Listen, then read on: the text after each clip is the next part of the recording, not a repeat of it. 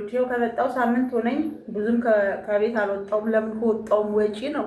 ውጪው ምን አለው ብላችሁ ነው? ወጪ ነው ውጪው። ስለዚህ እኔ እህታችሁ ቲንክ አድርጌ ከቤት አልወጣሁ። እስቲ ቁጭ ብዬ አንድ ሲኒ ቡና እና እቺን ቆሎዬን እየበላሁ ጾም ነው አለውላችሁ ለማለት ፈልጌ ነው። እኔ ውዶችን ጠጣ ቡና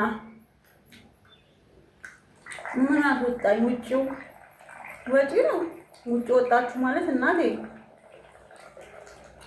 እንግዲህ ወጪ ስላለ አንስቼ ቁጭ ብዬ ቡናዬን እየጠጣሁ ምን አዳረቀኝ? ከውጪ ጋር ምን አዳረቀኝ? ውጪ እንደዚህ ቡናዬን እየጠጣሁ። እናንተ ግን እንዴት ናችሁ? በእግዚአብሔር ጦርነቱ ምናምን ቆመ? አይ ኢራን ስራሽን እስጥሽ። ያንቺ እኮ ዳፋ እዚህም ተረፈ። ያው ነዳጅ ጠፍቷል። በቃ አልኳችሁ። ከዚህ እዚህ ትራንስፖርት በጣም ተወዷል ጋይስ። መቤቴ በጣም ማለት ነው። በስመ አብ ወወልድ ወመንፈስ ቅዱስ። አቤት እኔና ቡና አሳይ ቡና ናት እንዴ? ቡና ናት እንዴ ጋይስ? ቡና እንዳይመስላችሁ ቆንጆ ቡና። እኔ ግን በጣም ስስ ብልቴ እኮ ቡና ነው ውዶቼ። በጣም ነው ቡና የምወድ በጣም በፍቅር። እኔ ሰው ምንም ባይሰጠኝ ይሻለኛል ቤቱ ሄጄ ቡና ከጭሳጭስ ጋር ነው። ግን እዚህ ቤት ጭስ የማይፈቀድ ምንም የለ። ይሁን በራሴ ቤት ፏፈሽ እስከምል ድረስ ማለት ነው ውዶቼ። እንትን እያልኩ ነው። እሺ ቤት ምናምን ነገር እኔ ጋር ያው ቀርጽላችኋለሁ ቪዲዮ። ትንሽ አንዳንድ ነገሮችን እያስተካከልኩ ስለሆነ ነው። እሺ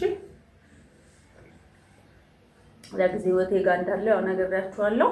የሆነ ማስተካከለው ነገር ስላለ ነው። እሱ ነገር ሲስተካከልልኝ ቤቴ ፏፈሽ ብዬ ጫኔን ምን ጥስጥስ እያደረኩኝ እጣኔን ቦለለለን እያደረኩ ቡናዬን እጠጣለሁ።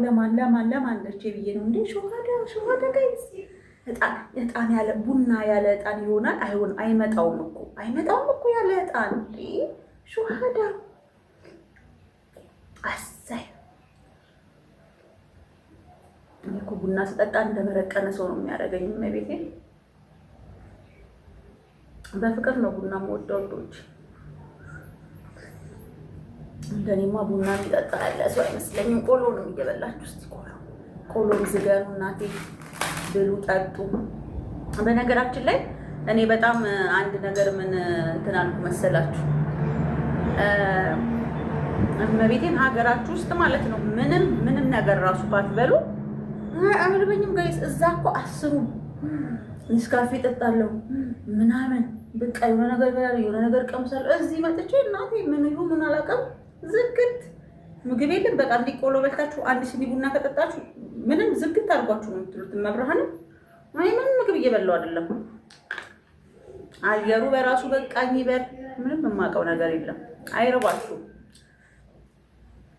ምንም የሚረባችሁ ነገር የለም። እናት ኢትዮጵያ ውስጥ እንትን ቆሎ ቆርጥማችሁ አንድ ሲኒ ቡና ከጠጣችሁ በቃ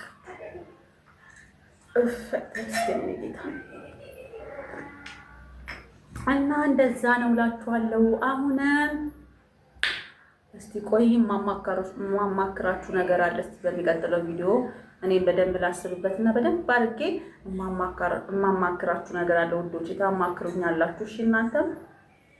ከዛ በተረፈ ደግሞ በጣም ነው የማመሰግነው። ፎሎ፣ ላይክ፣ ሼር፣ ኮሜንት